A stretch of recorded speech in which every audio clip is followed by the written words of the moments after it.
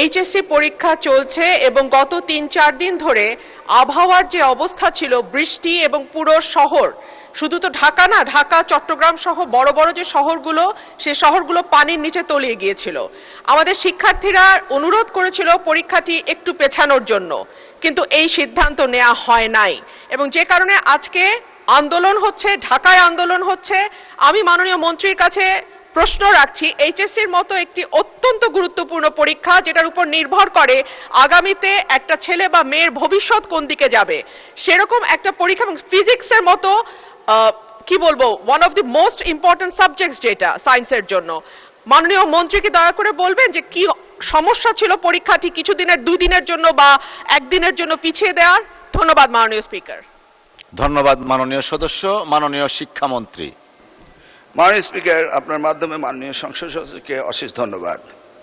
পরীক্ষা আমরা নিয়ে থাকি সারা বাংলাদেশে। এসএসসি পরীক্ষায় প্রায় 2700 সেন্টার রয়েছে এবং 64টি জেলায় এই 2700টি সেন্টার একত্রে পরীক্ষা শুরু হয়। ইতিমধ্যে আপনারা শুনেছেন যে চট্টগ্রামে যখন এই ফ্লাড হলো, তখন আমরা একে একে প্রথম রাঙ্গামাটি, বান্দরবন, পরে আমরা খাগড়াছড়ি এবং এরপরে আমরা চট্টগ্রাম পুরা বোর্ডের পরীক্ষা আমরা বন্ধ করে দিয়েছি। আমরা লক্ষ্য করেছিলাম বৃষ্টি হচ্ছিল এবং আমরা মনিটরিং করছিলাম।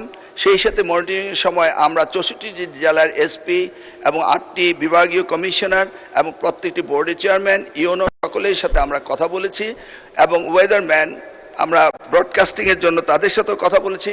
তারা বলল যে বৃষ্টি হবে না, সেই কথাটি তারা বলেছে।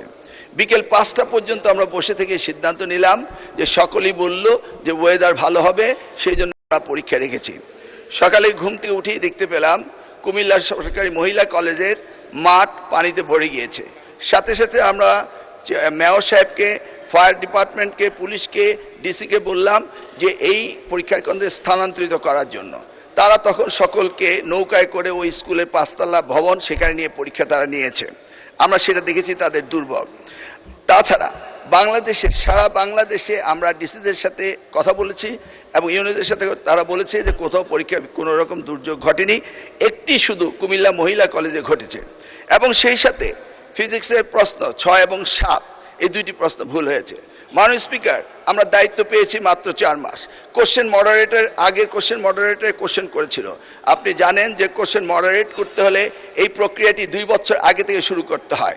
আমরা এসে কোনো কোশ্চেন তৈরি করতে পারিনি। বিগত গভর্নমেন্টের যে মডারেটর ছিল তারাই কোশ্চেন করেছে। তবুও আমরা তাৎক্ষণিকভাবে ঘোষণা দিয়েছি যে ফিজিক্সের 6 এবং 7 2টি কোশ্চেন ভুল হয়েছে, সেটাকে আমরা ফুল ক্রেডিট দিয়ে দেব, সেটা আমরা বলেছি। এবং পরীক্ষা যথাযথ হচ্ছে কিনা সেইভাবে সাহায্য সহযোগিতা করার জন্য আমরা সকলকে প্রস্তুত রেখেছিলাম।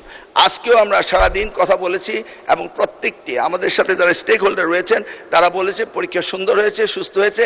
একটি জায়গায় শুধু কুমিল্লা সরকারি মহাবিদ্যালয় এই ঘটনাটি ঘটেছে এবং সেখানে পরীক্ষা সুন্দর হয়েছে। আমরা নির্দেশ দিয়েছি যে পরীক্ষা বিলম্বতে শুরু করার জন্য এবং যে মেয়েটি কাপড় ভিজে গিয়েছিল বাড়ি থেকে কাপড় আনা হয়েছে, 1 ঘন্টা পরে পরীক্ষা নেওয়া হয়েছে এবং পরীক্ষার সময়সীমা বাড়িয়ে দেওয়া হয়েছে। আমি মাননীয় স্পিকার আপনার মাধ্যমে জাতিকে জ্ঞাতার্থে করতে চাই যে পরীক্ষা পদ্ধতিতে আমাদের যে সিস্টেম রয়েছে সেখানে লোকাল যে গভর্নমেন্ট রয়েছেন, ডিসি হতে, ইউনো হতে, পুলিশ হতে, তারা তাৎক্ষণিকভাবে ব্যবস্থা নেবেন যে পরীক্ষা এখানে নেওয়া যাবে কি যাবে না। যদি তারা মনে করেন দুর্যোগ, তারা পরীক্ষা বন্ধও করতে পারেন। আমরা বারবার কথা বলেছেন না স্যার, আমরা ঠিক মতোই নিচ্ছি এবং আপনারা দেখতে পেয়েছেন যে বৃষ্টির পানি কোথায় কোথায় ছিল সেগুলো আমরা সকলেই লক্ষ্য করেছি। কোমলমতি সন্তানদের জন্য আমাদেরও মায়া রয়েছে মাননীয় স্পিকার, সেই জন্য আমরা সবসময় মনিটরিং করি। ধন্যবাদ আপনাকে।